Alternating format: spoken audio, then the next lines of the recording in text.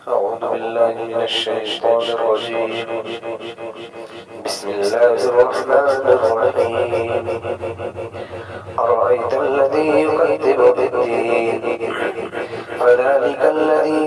يدع اليتيم ولا يحض على طعام المسكين فويل للمصلين الذين هم عن صلاتهم ساهون الذين هم يراءون ويمنعون الماعون. سورة الماعون چونکہ آخری آیت میں لفظ الماعون آیا ہے، اس اعتبار سے اس کا نام سورۃ الماعون ہے۔ ماعون کہتے ہیں قلیل سی چیز کو، تھوڑی سی اور ادنا سی چیز کو۔ سورۃ الماعون مکی ہے اکثر علماء کے نزدیک، لیکن حضرت عبداللہ ابن عباس رضی اللہ تعالیٰ عنہ کی ایک روایت ہے کہ سورت مدنی ہے۔ بعض اہل علم کی رائے ہے کہ یہ سورت آدھی مکہ میں نازل ہوئی، آدھی مدینہ میں نازل ہوئی ہے، اسی لیے انہوں نے اس طرف اشارہ کیا ہے کہ اس میں چونکہ منافقین کا تذکرہ آ رہا ہے، نماز پڑھنے کا، ان کی ریاکاری کا، تو چونکہ مکہ میں تو منافقین نہیں تھے، مدینہ کی زندگی میں منافقین پیدا ہوئے ہیں، تو اس اعتبار سے کہتے ہیں کہ منافقین چونکہ وہاں تھے تو اس اعتبار سے مدینہ میں نازل کی گئی۔ لیکن بعض حضرات جو کہتے ہیں کہ مکی ہے، فرماتے ہیں کہ ثابت یہ ہو رہا ہے کہ مکہ میں جو کفار ہے، مشرکین ہے، ثابت یہ ہو رہا ہے کہ وہ بھی نماز پڑھتے تھے، لیکن وہ نماز وہی تھی فویل للمصلین، بربادی اور ہلاکت والی نماز۔ نزول کے اعتبار سے 70ویں نمبر کی صورت ہے، اس سے پہلے 16 صورتیں نازل ہو چکی تھی۔ شان نزول حضرت شاہ عبدالعزیز محدث دہلوی رحمۃ اللہ علیہ نے جو بیان فرمایا ہے وہ یہ ہے کہ ابو جہل کی ایک عام سی عادت تھی کہ جب بھی مکہ کا کوئی بڑا آدمی، مالدار آدمی مرنے کا قریب اس کا آتا، وقت قریب آتا، اس کے پاس جاتا اور اس سے یوں کہتا کہ تم جو ورثہ چھوڑو گے، جو یتیم بچے چھوڑ کر جاؤ گے، ان کی کفالت میرے ذمے میں چھوڑ دیجئے، مجھے سونپ دیجئے، اور یہ مال کا بھی مجھے والی اور وارث بنائیے، میں ان کی دیکھ ریکھ کروں گا اور پورے اچھے طریقے سے ساری چیزیں دیکھ بھالوں گا۔ بہرحال کچھ لوگ کر دیا کرتے تھے، تو انہی میں سے ایک واقعہ پیش آیا کہ ایک یتیم بعد میں لیکن ان کے ساتھ بہت بدتمیزی کرتا، ان کو ننگا کر کے باہر نکال دیتا، ان کو کھانا نہیں دیتا، ان کو پریشان کرتا۔ ایک یتیم آیا اللہ کے رسول صلی اللہ علیہ وسلم کے پاس، یا رسول اللہ صلی اللہ علیہ وسلم، مجھ پر یہ حالات آئے، ابی جہل نے پورے کے پورے مال کو اپنے پاس رکھ لیا میرے باپ کے آخری وقت میں یہ بات کر کے، اور اب مجھے جو ہے باہر نکال دیا ہے، مجھے کچھ نہیں دے رہا۔ اللہ کے رسول صلی اللہ علیہ وسلم اس یتیم کو لے کر اس کے گھر پر پہنچے ابی جہل کے، اور جا کر اس کو بہت کہا کہ دیکھو اللہ سے ڈرو، آخرت ہے، اللہ کے سامنے جانا ہے، حساب کتاب کا معاملہ ہے، اگر تم بددیانتی کرو گے، اگر تم لوگوں کے اوپر ظلم کرو گے تو اللہ رب العزت کل فیصلہ سنائیں گے اور پکڑ ہوگی۔ تو وہ کہنے لگا کہ میں نہیں مانتا قیامت ہے۔ اللہ کے رسول صلی اللہ علیہ وسلم تھوڑا پریشان ہوئے، تو اسی میں اللہ تبارک و تعالیٰ نے یہ آیت کریمہ اور یہ سورت نازل فرمائی کہ اس کے ماننے نہ ماننے سے کچھ نہیں ہوتا۔ آج بھی بہت سارے لوگ ہیں جو قیامت کا انکار کرتے ہیں، اور آج سے پہلے زمانے میں بھی بہت سارے لوگ موجود رہے ہیں جو قیامت کا انکار کرتے رہے ہیں۔ تو ایک تو شان نزول باقاعدہ ابی جہل کے بارے میں ہے، بعض لوگوں کا اور بھی نام آیا ہے، ولید ابن الولید، ولید ابن الولید یا ولید ابن المغیرہ، یہ حضرت خالد رضی اللہ تعالیٰ عنہ بہت مشہور صحابی ہے جو شام کے فتح کرنے والے ہیں، ان کے والد ہیں، بہت کٹر مشرک تھے اور بہت بد زبان تھے، بہت تکلیف لوگوں کو پہنچاتے تھے۔ دوسرا نام آیا ہے عاص بن وائل کا، یہ ہے حضرت عمر ابن العاص رضی اللہ تعالی عنہ کے، عمر رضی اللہ تعالی عنہ کے والد عاص، یہ بھی بہت کٹر مشرک تھے، ظلم کرتے تھے، بد زبانی کرتے تھے۔ تیسرا نام آیا ہے ابی سفیان کا۔ بہرحال اب وہ سب بھی مراد ہو سکتے ہیں، اور اس کے ساتھ ساتھ وہ سارے کے سارے لوگ مراد ہیں اس وقت بھی اور آج بھی اور قیامت تک آنے والے میں، جو بھی کل قیامت کے دن کا انکار کرتا ہے، انصاف کے دن کا انکار کرتا ہے۔ ارأیت الذی یکذب بالدین، فرمایا بھلا دیکھو تو اس آدمی کو جو جھٹلاتا ہے قیامت کے دن کو، دین مالک یوم الدین، سورۃ الفاتحہ میں بھی ارشاد فرمایا مالک ہے روز جزا کا، تو دین سے مراد قیامت کا دن ہے، انصاف کا دن ہے، روز جزا ہے۔ روز جزا کا اصل تو ایمان والے کے لیے تو یہ کافی ہے کہ اللہ نے بتا دیا، اللہ کے رسول صلی اللہ علیہ وسلم نے بتا دیا، تو لہٰذا اب اس کے لیے چارہ کار ہے ہی نہیں کہ وہ اس پر یقین نہ کرے، اگر یقین نہیں کرے گا تو کافر ہے۔ لیکن اگر ذرا سی عقل بھی لگا لیں یہ کافر بھی، اور اللہ کے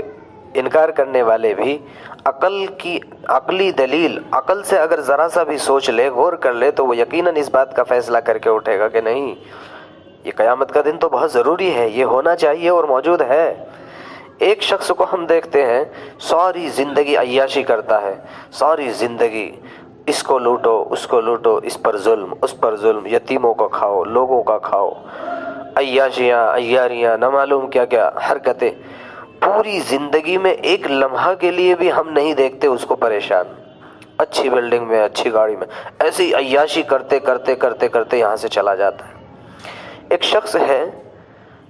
جو ایسی پابندیوں کے ساتھ زندگی گزارتا ہے، رات کو اٹھ رہا ہے، صبح کو اٹھ رہا ہے، دن کو اٹھ رہا ہے، اللہ کا حکم آتا ہے چل رہا ہے، اپنے پاس کھانے کو نہیں ہے، کوئی آدمی پریشان حال مل رہا ہے اس کے کھانے کا انتظام کر رہا ہے، تکلیفیں، پریشانیاں، حالات اس پر بھی، بچوں پر بھی، گھر میں بھی،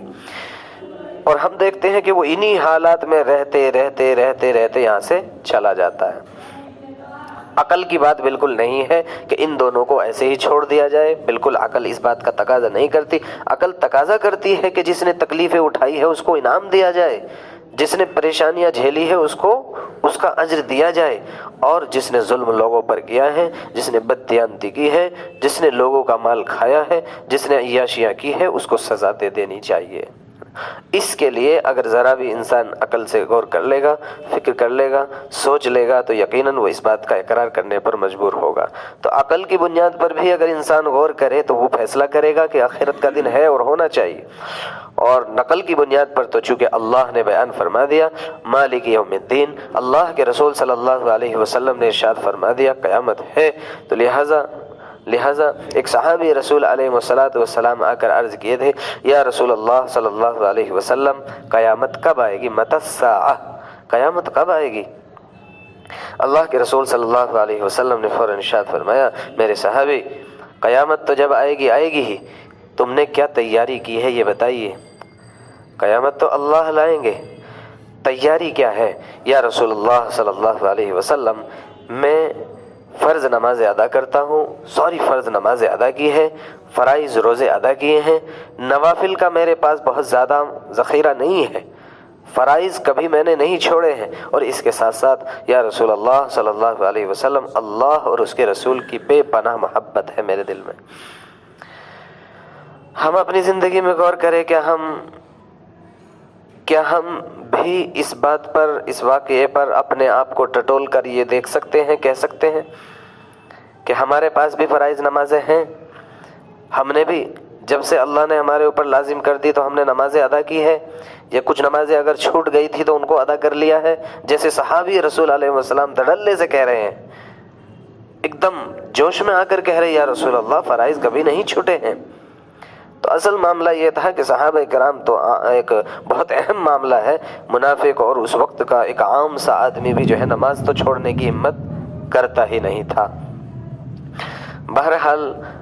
اللہ تبارک و تعالی نے ارشاد فرمایا ارأیت الذی یکذب بالدین، بھلا دیکھو تو اس کو کہ جو جھٹلاتا ہے روز جزا کو، قیامت کے دن کا انکار کرتا ہے۔ فذلک الذی یدع الیتیم، دوسری آیت میں ارشاد فرمایا وہ ہے کہ جو دھکے دیتا ہے یتیموں کو، مال کا والی بن گیا، مال کا وارث بن گیا، اب لوگوں کو لات مار رہا ہے، لوگوں کو ننگا کر کے نکال دیتا ہے، لوگوں کو کھانا نہیں دے رہا، لوگوں کو کپڑا نہیں دے رہا۔ یتیم کا معاملہ بہت اہم ہے۔ یتیم کے لیے ارشاد فرمایا گیا ہے یتیم کے مال کھانے والوں کے بارے میں، انما یأکلون فی بطونہم نارا، یتیموں کا جو مال کھانے والے ہیں یہ کھانا نہیں کھا رہے ہیں، یہ آگ بھر رہے ہیں اپنے پیٹوں کے اندر۔ اور یتیم تو چھوڑ کر ذرا سا ہم اگر اس پر غور کریں کہ ایک نابالغ اولاد ہوتی ہے، مطلب اجازت کا معاملہ اگر ہم غور کریں، اجازت کا معاملہ اتنا اہم ہے، یہاں تک لکھ دیا علماء کرام نے کہ مثال کے طور پر آپ کے چھوٹے سے ایک بچے کو کوئی گفٹ دے کر جاتا ہے، ایک ہدیہ دے کر جاتا ہے، مہمان آتے ہیں دے کر گئے، یہ حق کسی ماں کو اور باپ کو نہیں پہنچتا کہ اس کا پیسہ لے کر استعمال کر لے، یہ اجازت ہی نہیں ہے، ورنہ آپ ظالم ہے، یہ باقاعدہ علماء کرام نے لکھ دیا۔ یہاں تک تحریر فرما دیا، آپ نے ایک بچے کو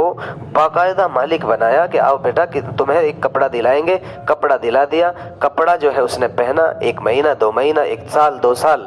وہ کپڑا جو ہے چھوٹا ہو گیا ہے، اب نہیں آ رہا، آپ چاہتے ہیں وہ کپڑا دوسرے بچے کو پہنا دے، اجازت نہیں ہے۔ یہ ہے اہم معاملہ نا، اپنا ہی بیٹا ہے، نابالغ ہے چونکہ، اس کی اجازت کے بغیر آپ وہ کپڑا اپنے ہی دوسرے بیٹے کو نہیں پہنا سکتے،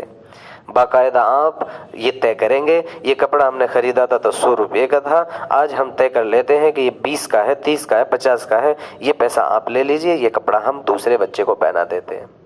تو یا تو اس کی شکل یہ ہے کہ باقاعدہ اس کو مالک ہی نہ بنایا جائے،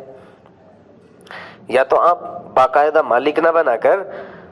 مالک خود رہیں، مالک باپ خود ہے، لیکن بہرحال اپنے بیٹے کو اس اعتبار سے کہ چونکہ بیٹا ہے پہنا رہا ہے، اور اس کے بعد بھی مالک میں ہی رہوں گا، جسے چاہوں گا پہنا دوں گا۔ تو یہاں جب مسئلہ یہ اتنا اہم ہو کہ بغیر اجازت کے نابالغ اولاد سے ہی باپ کو لینے کی اجازت نہ ہو، ماں کو ہی لینے کی اجازت نہ ہو جس نے سب کچھ کیا ہے، تو ایک یتیم کہ جس کا پورا مال ہے، ایک شخص جب انتقال کر رہا ہے، اب بڑا بھائی ہوتا یہی ہے عام طور پر ہمارے ملک میں بھی اور عام طور پر دنیا کے اکثر ممالک میں کہ جو ہے ایک بڑا آدمی جب انتقال کرتا ہے، باپ انتقال کرتا ہے، تو لوگ اس مال کو تقسیم نہیں کرتے، بلکہ کیا کرتے ہیں، جو بڑا گھر کا ذمہ دار ہے وہ اس پر قابض ہو جاتا ہے، چلتا رہتا ہے، اور بلکہ اگر کوئی عالم، اگر کوئی صحیح بات کہنے والا کوئی شخص کھڑا ہوتا ہے، کہتا ہے کہ بھئی یہ غلط ہے اور تم لوگ تقسیم کر لو، یوں کہا جاتا ہے ابھی تو کفن بھی میلا نہیں ہوا، ابھی تو کفن بھی میلا نہیں ہوا اور تم ایسی باتیں کرتے ہو، ہم میں بڑی محبتیں ہیں، حالانکہ یہی محبتیں 10 دن اور 10 سال اور 1 مہینہ کے بعد لڑائی میں تبدیل ہوتی ہوئی نظر آتی ہیں۔ تو بہت اہم یہ ہے کہ ایک شخص کا جب انتقال ہو رہا ہے، اب ظاہر سی بات ہے اس کے کچھ یتیم بھی ہوں گے، کچھ بچے نابالغ بھی ہوں گے، کچھ بڑے ہوں گے، تو اب اس کے بعد یہاں تک کہ حضرت مفتی شفیع صاحب نے ایک واقعہ بہت اہم لکھا، ہم نے اپنی آنکھوں سے دیکھا، ایک شخص کو ہم نے اپنی آنکھوں سے دیکھا کہ رمضان کا مہینہ اور وہ تیجا کر رہا تھا، تیجا کر رہا ہے دن کے اندر۔ باقاعدہ ہم نے سوال کیا یہ کیا کر رہے ہو، اللہ سے ڈرو، شرم تو کرو، ویسے بھی رمضان کا مہینہ ہے، اصل تو تیجا خطرناک، اس کے بعد تم جو ہے رمضان۔ تو اس کا جواب یہ تھا، حضرت نے فرمایا ہے، تحریر فرمایا، اس نے جواب یہ دیا، حضرت شام کو دن تبدیل ہو جاتا ہے، اگر ہم رات کے افطار کا انتظار کریں تو رات ہو جائے گی، یعنی دن بدل جائے گا، وہ تو چوتھا دن آ جائے گا، تیجا تو تیسرے دن ہوتا ہے نا۔ بہت اہم، مطلب انتہائی درجے کی بے وقوفی اور جہالت کہ بدعات کہ جس کا کوئی وجود نہیں ہے، جس کی کوئی حیثیت نہیں ہے شریعت میں، اسلام میں، اس کے لیے انسان ایسے ایکٹیو، ایسے تیار کہ سب کچھ چھوٹ جائے لیکن یہ نہ چھوٹ جائے۔ بہرحال وہ ایک الگ کا میٹر ہے، لیکن بہرحال یہاں پر جو ارشاد فرمایا گیا، یدعو الیتیم، وہ دھکے دیتا ہے یتیم کو، یتیم کا معاملہ بہت اہم ہے۔ ارشاد فرمایا اللہ کے رسول صلی اللہ علیہ وسلم نے، بہترین گھر وہ ہے کہ جس گھر کے اندر کوئی یتیم پل رہا ہو اور اس کے ساتھ حسن سلوک کیا جاتا ہو، دنیا کا بہترین گھر ہے، بہترین گھرانہ ہے وہ، لیکن بدترین گھر ہے وہ، بدترین گھر ہے وہ کہ جس میں کوئی یتیم پل رہا ہو اور اس پر ظلم ہوتا ہو، اس پر ظلم ہوتا ہو، اس کا مال کھا رہے ہو، اس کو ٹھیس پہنچائی جا رہی ہو، اس کو تکلیف پہنچائی جا رہی ہو، اس کے مال کے بربادی کی سوچ کی جا رہی ہو۔ اللہ کے رسول صلی اللہ علیہ وسلم نے صرف زبانی نہیں، اللہ کے رسول صلی اللہ علیہ وسلم نے پریکٹیکلی طریقے سے اپنی زندگی کو سامنے رکھ کر ہی ارشاد فرمایا۔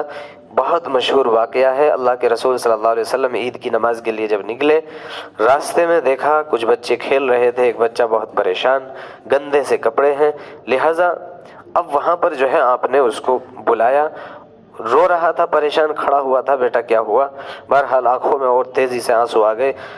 یا رسول اللہ صلی اللہ علیہ وسلم، میرے ابا نہیں ہے، عید آئی ہے، یہ بچے سارے خوش نصیب ہیں، کھیل رہے ہیں، اچھے اچھے کپڑے پہنے ہیں۔ آپ ارشاد فرماتے، آپ اللہ کے رسول صلی اللہ علیہ وسلم تشریف لائے، واپس عیدگاہ نہ جا کر واپس گھر تشریف لائے ہیں، اس کو نہلایا۔ حضرت عائشہ رضی اللہ تعالیٰ عنہ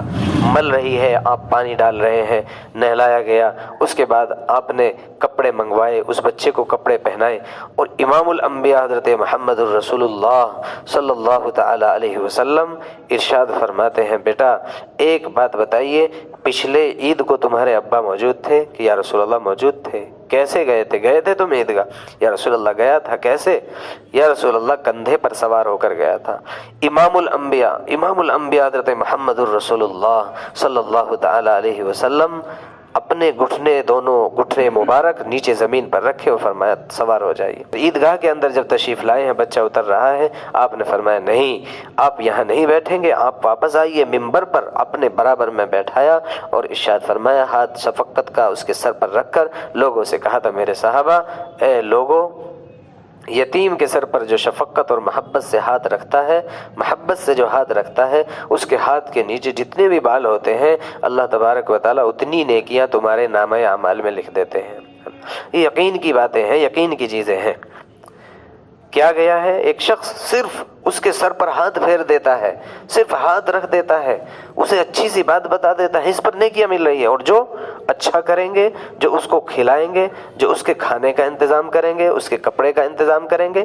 ان کے لیے بہت بڑے بڑے انعامات۔ حضرت عمر بن عبدالعزیز رحمۃ اللہ علیہ کا جو زمانہ ہے، ایسی امانت داری، ایک شخص رات کو دعا کرتا تھا، اے اللہ، میں صبح کو زکوٰۃ لے کر نکلوں گا، میری زکوٰۃ صحیح مستحق کو پہنچوا دیجیے۔ صبح کو ایک تھیلے میں سونے کے دینار ڈالتا، ایک میں درہم ڈالتا اور نکل جاتا، تلاش کرتے کرتے کرتے کرتے ایک شخص کو دیکھتا، گندے سے کسی کے کپڑے ہیں، میلے سا کھڑا ہے، اس سے جا کر پوچھتا، بھائی میرے پاس کچھ زکوٰۃ کے پیسے ہیں، رقم ہے، آپ لیں گے؟ آپ زکوٰۃ کے مستحق ہیں؟ وہ کہتا کہ نہیں، میں تو خود زکوٰۃ ادا کرتا ہوں۔ فرماتے ہیں سارا دن گھوم کر ڈھونڈ ڈھانڈ کر واپس آ جاتا اپنے گھر کے اندر وہ مال لے کر کے۔ یہ تھی حالت، ہے نا، یہ تھی حالت کہ چونکہ اصل تو ایک تو بہت اہم بات یہ کہ مال سے لاپرواہی اور مال کی رغبت بہت کم ہو گئی تھی لوگوں کے اندر۔ آج کے زمانے میں اگر ہم سوچیں اس وقت کے اعتبار سے، کیا یہ موجود ہے؟ کیا ایک شخص پیسہ لے کر نکلے گا تو واپس آئے گا؟ کیا کوئی شخص نہیں ملے گا؟ جس کو زکوٰۃ کی ضرورت بھی نہیں ہوگی وہی لے لے گا پورا کا پورا مال، اور ہو رہا ہے۔ زکوٰۃ کی بنیاد پر، زکوٰۃ کے مال سے لوگ تو الیکشن لڑ جاتے ہیں، لوگ تو نہ معلوم کیا کیا کرتے ہیں، زکوٰۃ کا پیسہ نہ نکال کر چلو یہاں سے نکال دیتے ہیں۔ اللہ رب العزت نے یہ زندگی دی ہے تو یہ زندگی اللہ نے قرآن کو سمجھ کر اپنی زندگی میں لانے کے لیے دی ہے، عمل کرنے کے لیے دی ہے۔ ارأیت الذی یکذب بالدین، بھلا دیکھو تو اس کو جو جھٹلاتا ہے دین کو، فذلک الذی یدع الیتیم، وہ ہے کہ جو دھکا دیتا ہے یتیم کو، ولا یحض علی طعام المسکین، اور نہ وہ ترغیب دیتا ہے مسکین کے کھانا کھلانے کی۔ ایک ہوتا ہے غریب مسکین، اس پر خود پر تو واجب نہیں ہوتا صدقہ کرنا، لیکن اگر اس کو معلوم ہو جائے کہ فلاں آدمی بھوکا ہے، فلاں آدمی پریشان حال ہے، فلاں آدمی کے پاس لحاف نہیں ہے، فلاں کو فلاں قسم کی ضرورت ہے، تو اس کمزور آدمی پر، اس مسکین آدمی پر بھی واجب ہو جاتا ہے کہ لوگوں کو اس بات کی ترغیب دے، لوگوں کو تیار کرے، لوگوں کو کہیں۔ تو حالانکہ یہ غریب ہے، اس غریب پر اپنی طرف سے صدقہ واجب نہیں ہے، لیکن لوگوں کو ترغیب دینا واجب ہے، جبکہ حال یہ ہو رہا ہو کہ کسی کے بارے میں معلوم بھی ہو کہ فلاں آدمی بھوکا سو رہا ہے، فلاں آدمی کے حالات اچھے نہیں ہیں، تو حال ان کا بہرحال یہ ہے کہ خود تو کنجوس ہے ہی، خود تو 1 روپیہ اللہ کے نام پہ خرچ کرنے کو تیار نہیں، خود تو کسی کی ذرا سی بھی تکلیف کے اندر اس کا ہاتھ بٹانے کے تیار نہیں، بلکہ نہ تو خود کرتا ہے، نہ لوگوں کو جو ہے اس بات پر تیار کرتا، نہ لوگوں کو کہتا۔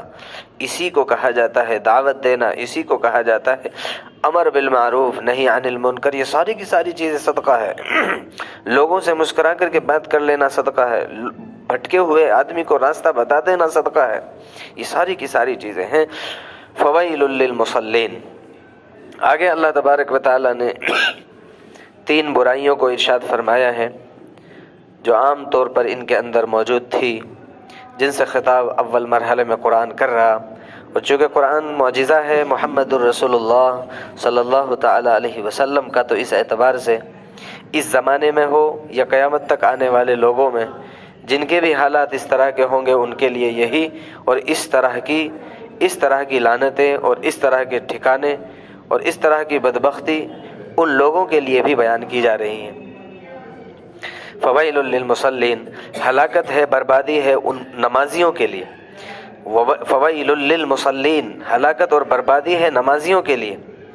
الذین هم عن صلاتهم ساہون، وہ ہیں جو اپنی نمازوں سے غافل ہیں۔ نمازی منافقین بھی تھے، بلکہ نماز کہاں ادا کرنے والے ہیں؟ مسجد نبوی کے اندر نماز پڑھنے والے لوگ، کہ جہاں پر 50,000 نماز کا ثواب ملتا ہے ایک نماز پر، اور وہ تو مجھے اور آپ کو ملتا ہے، جبکہ امام الانبیاء محمد الرسول اللہ صلی اللہ علیہ وسلم امام ہو، نہ معلوم کتنے لاکھ کا ثواب ملنے والا ہے۔ لیکن اس کے باوجود بھی ہلاکت ہے ان لوگوں کے لیے، بربادی ہے ان لوگوں کے لیے۔ بعض حضرات نے چونکہ آنے والا جو یہ حصہ ہے اس کو جو ہے ارشاد فرمایا ہے کہ یہ نازل ہوئی ہے مدینہ کے اندر، تو منافقین مراد ہے۔ بعض حضرات نے فرمایا ہے کہ نہیں، یہ نازل مکہ ہی میں ہو رہی ہے پوری کی پوری صورت، اور معلوم یہ ہو رہا ہے کہ مکہ کے لوگ بھی باوجود یہ کہ شرک میں ہیں، باوجود یہ کہ مشرک ہیں، لیکن اس کے باوجود نمازیں وہ بھی پڑھ رہے ہیں، پڑھتے تھے اپنے طریقے کی، بہرحال جو بھی نماز ہے۔ اس کے ساتھ ساتھ عمومی خطاب کے اعتبار سے اور وہ شخص اس کے اندر داخل ہے کہ فویل للمصلین، ہلاکت اور بربادی ہر اس نمازی کے لیے ارشاد فرمائی جا رہی ہے جو غافل ہے اپنی نمازوں سے، یعنی وہ بھی داخل ہے کہ جو نماز سرے سے پڑھتا ہی نہیں، اور وہ بھی داخل ہے کہ جو پڑھتا تو ہے لیکن ٹال مٹول کر کے، جیسے منافقین کی ایک عام عادت۔ حضور اکرم صلی اللہ علیہ وسلم نے ارشاد فرمائی کہ نماز کے لیے کھڑے ہوتے ہیں اس وقت کھڑے ہوتے ہیں جبکہ سورج کنارے پر پہنچ رہا ہو، تیار نہیں، پڑھ لیں گے باتوں میں لگے ہیں یہاں تک کہ وقت ہی نکل جا رہا ہے، چلیے اب پڑھ لیتے ہیں۔ تیسرے وہ لوگ بھی داخل ہے بربادی میں، وہ نمازی بھی داخل ہے کہ جو پڑھتے تو ہیں لیکن صحیح طریقے سے نہیں پڑھتے۔ اللہ کے رسول صلی اللہ علیہ وسلم کی ایک روایت ہے، حضرت خلاد ابن رافع رضی اللہ تعالی عنہ آئے اللہ کے رسول صلی اللہ علیہ وسلم کی مسجد کے اندر، آپ تشریف فرما ہیں، آئے، آ کر کے نماز ادا کی، سلام پھیرا اور چلنے لگے۔ اللہ کے رسول صلی اللہ علیہ وسلم نے ارشاد فرمایا تھا، صحیح بخاری شریف کی روایت ہے، ارشاد فرمایا ارجع فصلی فإنک لم تصلی، نماز واپس آؤ، لوٹو اور نماز ادا کرو، دوبارہ سے نماز نہیں پڑھی ہے آپ نے، نماز ادا کی۔ پھر سے آپ نے ارشاد فرمایا تھا ارجع فصلی فإنک لم تصلی، آپ نے نماز ادا نہیں کیا، نماز پڑھی ہے۔ 3 مرتبہ نماز پڑھنے کے بعد وہ صحابی آ کر عرض کرتے ہیں یا رسول اللہ فداک ابی و امی، اے میرے حبیب، اے میرے آقا حضرت محمد الرسول اللہ صلی اللہ علیہ وسلم، میرے ماں باپ آپ پر قربان ہو، مجھے تو جو طریقہ آتا تھا میں نے پڑھ لیا، آپ مجھے طریقہ سکھا دیجیے۔ اللہ کے رسول صلی اللہ علیہ وسلم نے ارشاد فرمایا بہت اطمینان کے ساتھ میں نیت باندھ لو، نماز شروع کرو، جب رکوع میں جاؤ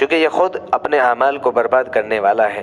وَيَمْنَعُونَ الْمَاعُونَ، تیسری برائی اللہ نے جو ان کی یہاں پر ارشاد فرمائی ہے، اور منع کرتے ہیں معون سے۔ معون کیا ہے؟ حضرات نے مختلف طرح کی تفسیر ارشاد فرمائی ہے، لیکن تقریباً قریب ہے سب کی تفسیریں۔ حضرت ابن عباس رضی اللہ تعالیٰ عنہ فرماتے ہیں کہ گھریلو سامان ہے۔ حضرت اکرمہ رضی اللہ تعالیٰ عنہ فرماتے ہیں کہ اس سے مراد جو ہے چھلنی، ڈول وغیرہ ہے۔ حضرت ابن عباس رضی اللہ تعالیٰ عنہ کی روایت یہ بھی ہے کہ اس سے مراد ہتھوڑا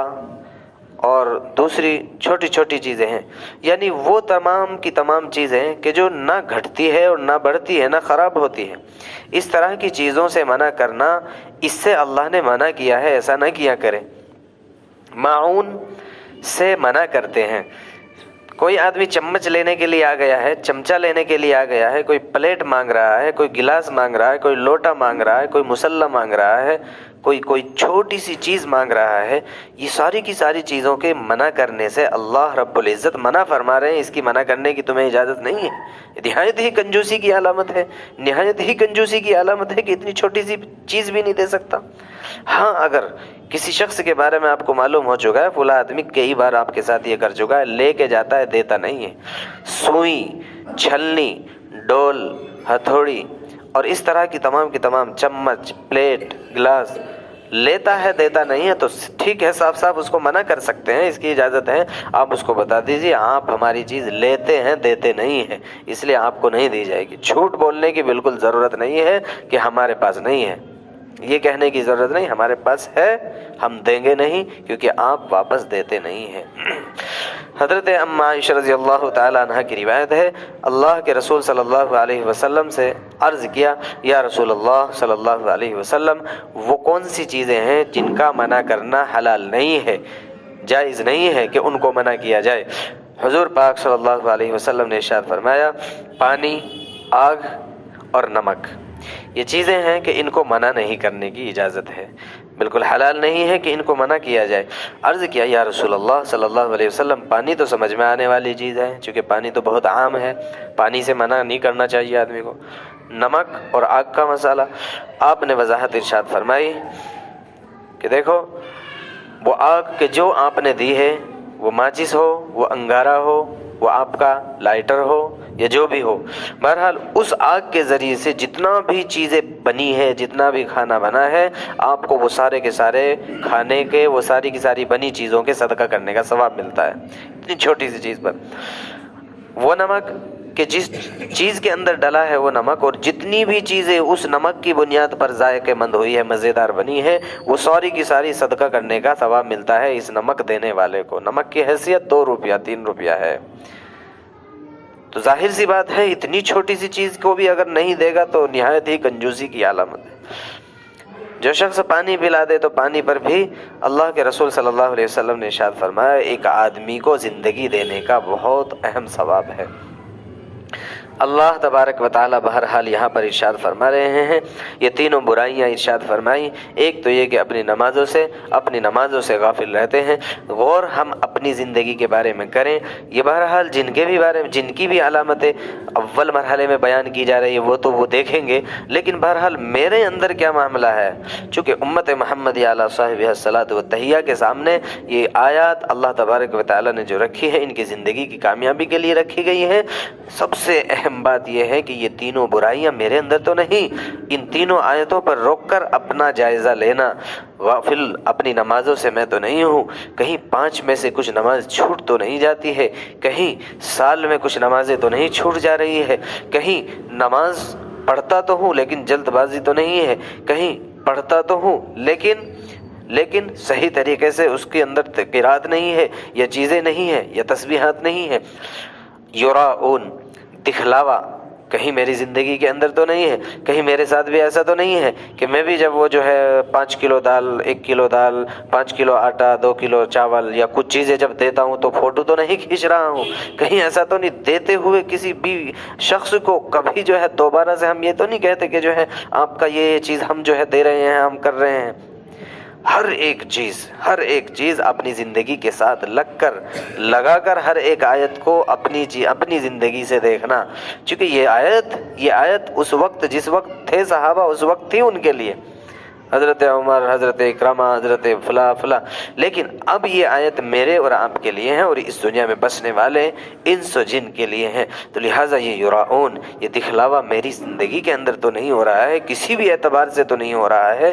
وَيَمْنَعُونَ الْمَاعُونَ، کہیں یہ چھلنی، ڈول، ہتھوڑی، چھوٹی چھوٹی سی چیزیں مجھ سے کوئی مانگ لیتا ہے، لیکن میں بھی تو ایسا تو نہیں کرتا کہ میں بھی منع کر دیتا ہوں نہیں دینا۔ کوئی بھی چیز، جب یہ تو عام طور پہ گھریلو چیزیں ہیں، گھروں کے اندر آتا جاتا رہتا ہے آدمی، عام طور پر گاؤں کے اندر تو بہت اہم طریقے سے جو ہے یہ چیزیں ہوتی ہیں، ایک دوسرے سے مانگنے والی چیزیں، تو یہ الگ ہے کہ آپ اپنی چیزوں کی حفاظت کیسے کریں گے،